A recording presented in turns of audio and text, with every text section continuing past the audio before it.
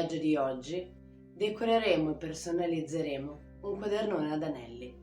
A fine video vi racconterò di come è nata l'ispirazione per questo bellissimo progetto creativo.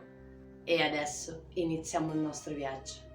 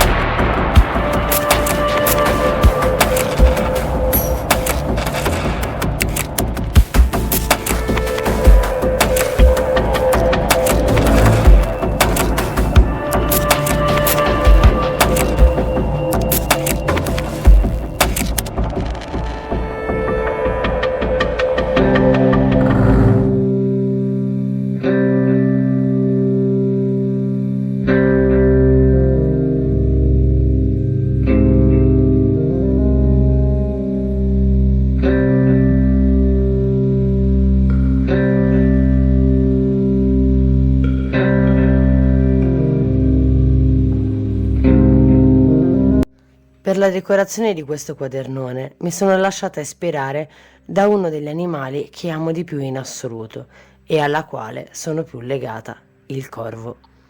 Sono così legata a questo animale tanto da avere un tatuaggio a tutta coscia proprio di un corvo. Così, per realizzare questo progetto, ho utilizzato delle piume che avevo trovato nel bosco in una delle mie solite passeggiate e questa meravigliosa immagine di un corvo ad ali spiegate fuso con la silhouette di una donna. Mi sono innamorata di questa immagine subito appena l'ho vista. Adoro veramente tanto questo quadernone, così particolare ma soprattutto molto speciale, perché è dedicato ad uno degli animali a mio parere più belli, misteriosi e meravigliosi di tutti. Spero che questo viaggio nella creatività vi sia piaciuto. Vi aspetto nel prossimo video e se volete continuare a viaggiare insieme a me in questo fantastico mondo, non perdetevi gli altri video e iscrivetevi al canale se non lo avete ancora fatto. E se volete contattarmi per delle informazioni o chiacchierare con me, vi lascio tutti i link in descrizione. Ci vediamo nel prossimo viaggio.